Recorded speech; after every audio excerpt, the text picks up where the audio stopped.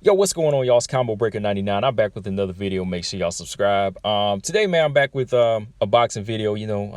Definitely a die-hard boxing fan, so I need to start doing more boxing videos here, and just my thoughts on different, things that's going on in like different divisions. And like I said on my podcast, I'm gonna start doing more videos on the welterweight division. And this is one. This is one of the videos where I just want to kind of speak my thoughts on like it's been pondering me all day, even at work, just what's going on in the welterweight division. So this here is just kind of a freestyle, just to kind of let you know where I'm at, and what I want to see happen right now in the welterweight division. Because like this picture here, I've seen this a couple times on Instagram, and I was just like, well, shout out to Udeni Ugas. It was on his page, and that was first place I saw, and I just said, man, we got all these talented guys right here, and it just seems like it's still really taking a while to get them to mix it up. Like here and there, some of these guys have fought, but I still feel like there's so many good fights that can be made between these guys. Like so many guys right now, and managers, whether it be PBC, Top Rank, DAZN, whatever it is, it's still like they're still kind of holding back on making all of these guys mix it up or forcing them to mix it up to decide who's the best. It still seems like, I don't know if it's the fighters specifically or if it is the promoters. It's always one or the other saying, speak to this person and you talk to this person. And I just feel like whatever these guys are holding out for, I really personally don't think that it's really worth holding out for, because there's really no bad fight that can be made at 147 right now, belt or no belt. So I'm just kind of like, if this one guy's not available, hey, take on the next guy. I feel like, don't, risk aside, because it still seems like guys are thinking about risk.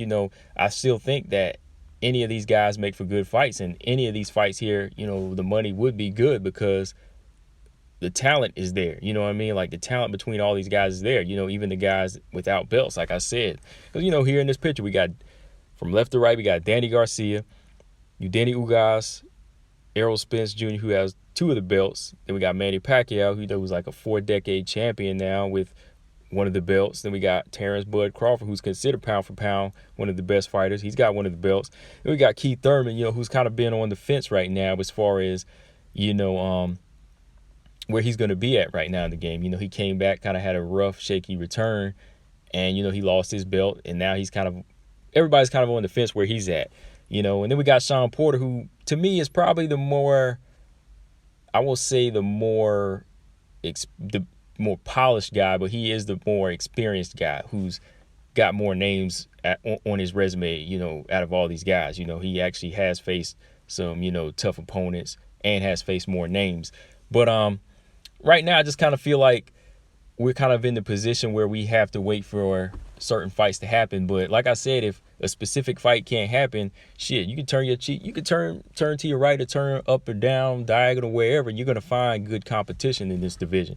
Like if, like, for right now, if Errol Spence Jr., he can't get a fight with Terrence Crawford, he could turn this way, fight a guy like Danny Garcia, which, shoot, if Danny Garcia don't want that fight, Errol Spence, he could fight Manny Pacquiao, and I was kind of being soft by saying, yeah, he should get a tune-up fight. But I mean, if he's feeling good after that accident, if everything is looking good as far as training and sparring, then shoot, more power to him. He could go for it, because who knows? Nobody's getting any, these guys are getting any younger, so if he'd want to go straight for that Manny Pacquiao fight, that would build up his legacy even more. It would build up his stock even more. So I just feel like all around, man, like, nothing should really be stopping these guys from mixing it up. Then you got Keith Thurman on one side saying that Terrence Crawford at one point was an established welterweight. Then on one side, he was saying it wasn't worth fighting him. I'm like, the guy's the number 1 pound for pound. He's considered number 1 pound for pound.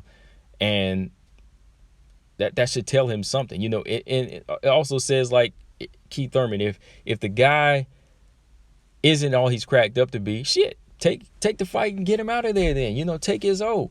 You know what I mean? Like, hey, you might not feel it's worth nothing, but the fans definitely know it's damn sure worth something, So I just feel like there's too much room for boxers now to call the shots. I mean, I hate to say it that way, but it just seems that way, because it's like these guys out here are being a little bit too spoiled at times, where they can pick and choose fights, when all of these fights, to me, any of these opponents, you know, if they mix it up in any way, will build up their stock or build up their legacy. You know, like again, like when you say, whenever somebody, Keith Thurman says Terrence Crawford's not worth it, or then you have Terrence Crawford saying on one note that he won't fight Shawn Porter. You know, like, why not?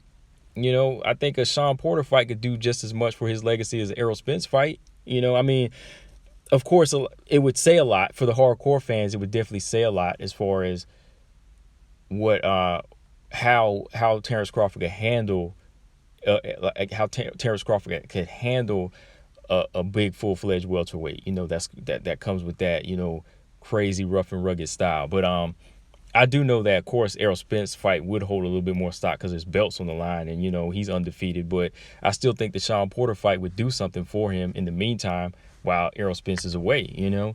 And then you got a guy like Denny Ugas, you know, shout out to Ugas again, much respect, because he's one of the guys who wants to fight Shawn Porter again, who felt that he won that fight, which it was a damn close fight, you know. And then, you know, a few months back, January, we had Ivan Redkach and Danny Garcia. Spence was out in the accident. And then you had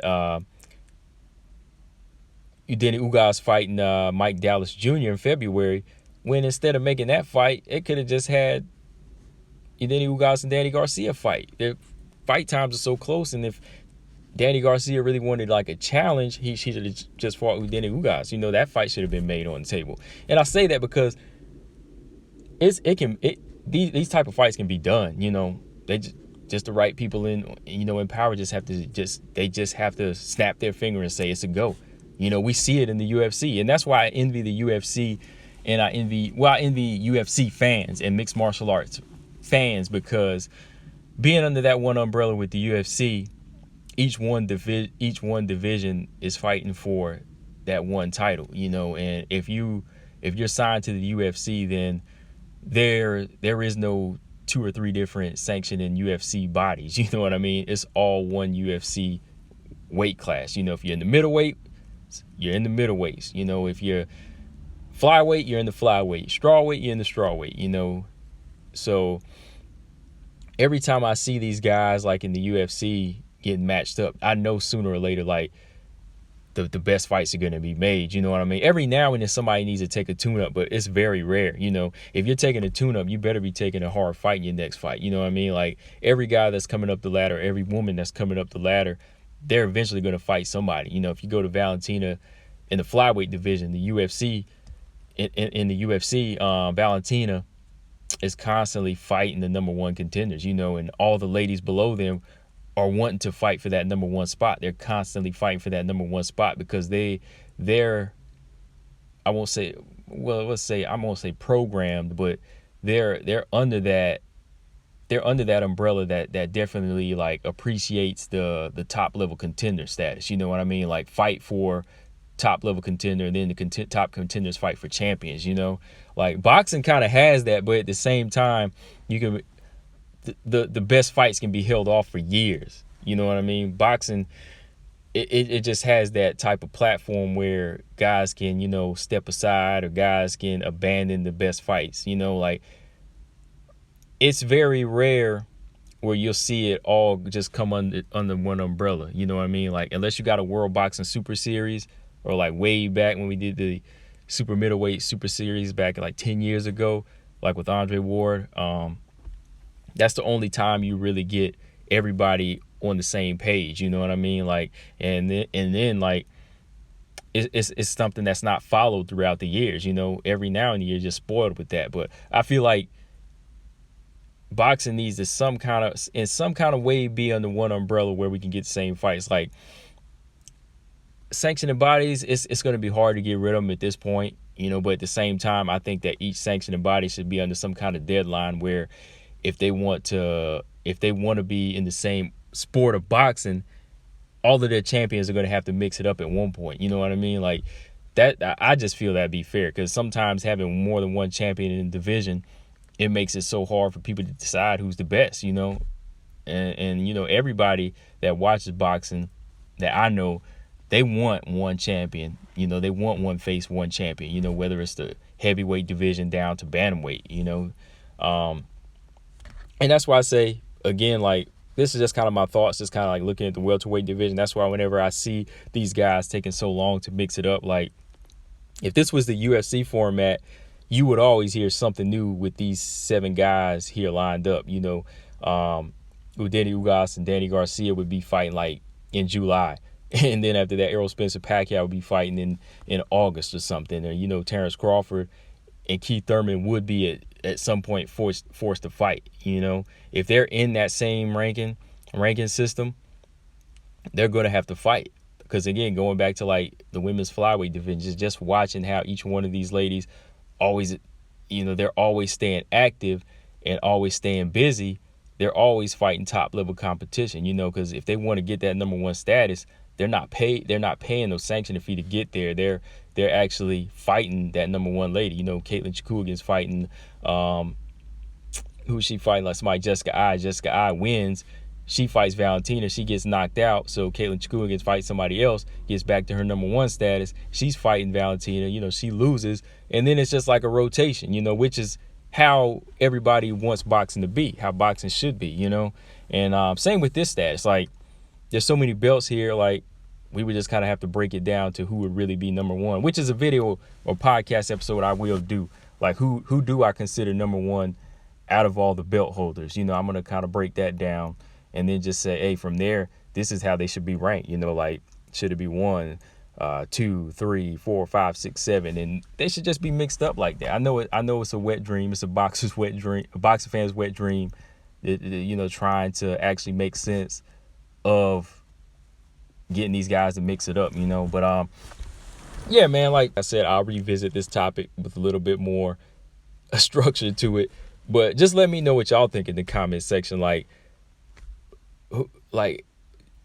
how do you want to see these guys mix it up? Like, do you feel like any of these fights are just good fights? You know, if you mix up any of these styles, because I feel that way. Like, any of these guys right now can mix it up, belt or no, and to me, it'll be like a solid fight. It'll be just a great fight to make right now, you know, and just have everybody on the same page for once, you know. But yeah, man, that's really all I got on this. Like I said, I just kind of wanted to go in on the welterweight division. I'm just getting off of work, just trying to get some thoughts out of my mind, and let y'all know how I feel. But like I said, I'll do a more structured video on this on the podcast episode, as far as who I think is the number 1 welterweight also, and just how I think they should be ranked and how they should get down and fight, man. But yeah, man.